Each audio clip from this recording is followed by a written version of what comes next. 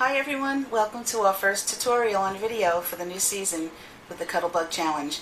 My name is Michelle and today I'm going to be showing you how to make this small little photo book. I did a baseball theme because it's the end of the season, and although I did baseball, you can make this any kind of book you want. It's a great little book because it holds 10 pictures, average size pictures, and I did baseball because I'd like to share it with my niece because her little boy just finished his first season of t-ball. But if you had a ballerina who just had her recital, do a ballet theme on the front and do your embellishments and your image with ballet. If you have someone who just had a piano recital, you can do a musical theme. So we'll do this one, but keep in mind you're always welcome to do your own theme. You don't have to copy exactly. I'm going to give you a list now of the supplies. I've prepared a little bit so that you can work along with me if you'd like. Otherwise, you can just observe and come back in the future for reference to do the project on your own. Okay, so here's the book. If we open it up, it has 5 pages in it that are made from clear A2 envelopes. Take a look at the book. We have a layer of blue. We have a print background. We used the coordinating print for the photo corners, and the white panel and the oval scallop in the middle were embossed with Cuttlebug Swiss dots. So now that you've seen the book, I also want to show you the back. Being that we use brads on the front, I always like to cover the brad notches on the back. So we use the Cuttlebug strip on the back, also with Swiss dots to match the front, but now it will be covered so you won't see the back of the brads. Okay, let's get ready. I'll show you the materials that you need for this project. First thing you're going to have is 1 piece of cardstock cut to 4 3/4 by 9 1/4. You're going to score that at 1 inch and at 2 inches. And you'll put that aside. Your second piece of cardstock is 4 3/4 by 6 1/4. This is going to be the front of your book. Your base layer of your print cardstock, you'll be wanting to cut this to 4 1/4 by 5 3/4. You'll also need a solid, and in this case I used white, and you're going to cut this to 4 inches by 5 1/2. To cover the spine in the back, we need a strip of white cut to 1 inch by 5 3/4. You're also going to take a 1/2 inch circle punch and punch out 2 circles.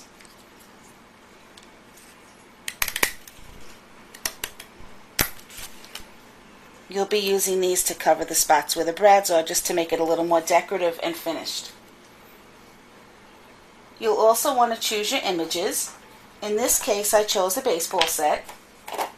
I stamped out the images on white cardstock using red ink to match the color of the paper. And once the images were stamped on white cardstock, they were trimmed, and we have this.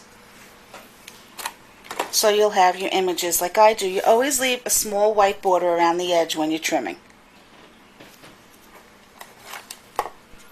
You'll also need some stars if you're doing this project exactly as I'm showing it. I use 3 stars. I have them here. They're trimmed. You'll also need 3 buttons. I have them here, and I've prepared these buttons already. I've taken regular embroidery floss in a color that coordinates to my project. You also need 2 brads. I chose to use star brads, but you can use round, you can use any shape you like, but I just tried to coordinate everything together. And like I said, being that we're doing the red, white, and blue and stars, so we have 2 star brads. You also need photo corners for this project. So again, taking your designer paper, you don't have to do the same patterns, you just whatever pattern you like. I just cut out 2 sets of these with the photo corner punch. You can use, if you're trying to conserve a little, you can use the 2 alternating sizes, one on one corner and one on the other. Otherwise, just cut out 2 sets and take the size that you like.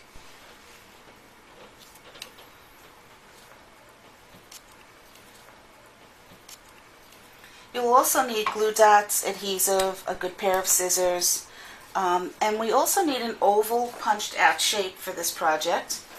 And how I've done it is I've used a punch, but if you have nestabilities, that's great because then you can emboss the edges if you'd like. So I just took this size punch, the Giga Punch, and I punched out a circle, an oval, excuse me, and I have that ready to go as well. You always need a great bone folder for your project simply because it creases your edges and keeps them clean, and it also keeps the oils from your hands off of your project. Now, once you have all your supplies, and make sure you have your adhesives handy and your scissors, the first thing you're going to want to do is prepare your embossed cardstock pieces. So in this project, the pieces that I want to emboss are the spine for the back, the centerpiece, and then I also liked this embossed because it gave it a little texture.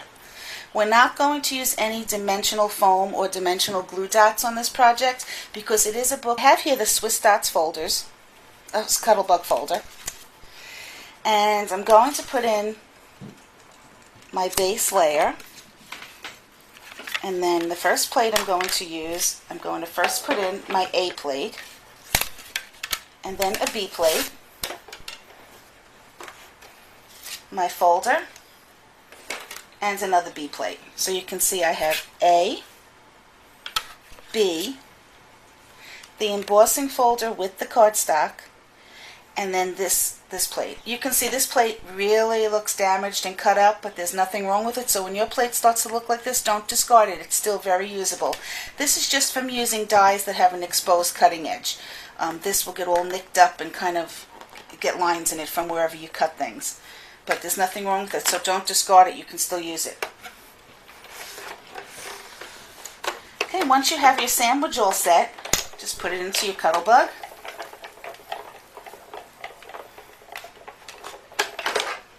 Roll it through. And when it comes out the other end, you'll have your embossed piece of cardstock. Okay. The other pieces that we need to emboss for this project are the two small white circles, which I had put aside here that we prepared with the punch. So let's put those inside the folder. We also wanted to emboss the blue scallop, and we also would like to emboss the strip that's going to cover the spine in the back to cover the brads. So let's put that inside the folder. Again, we're going to take our A plate, a B plate, the Cuttlebug folder with our paper, our cardstock inside, and top it off with another B plate. Once you have your sandwich complete, just put it into your Cuttlebug machine, turn the handle, and you'll have all of your pieces embossed. Here we have our oval,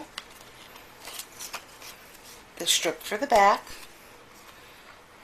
and your two small little circles, which are going to finish off your book very nicely.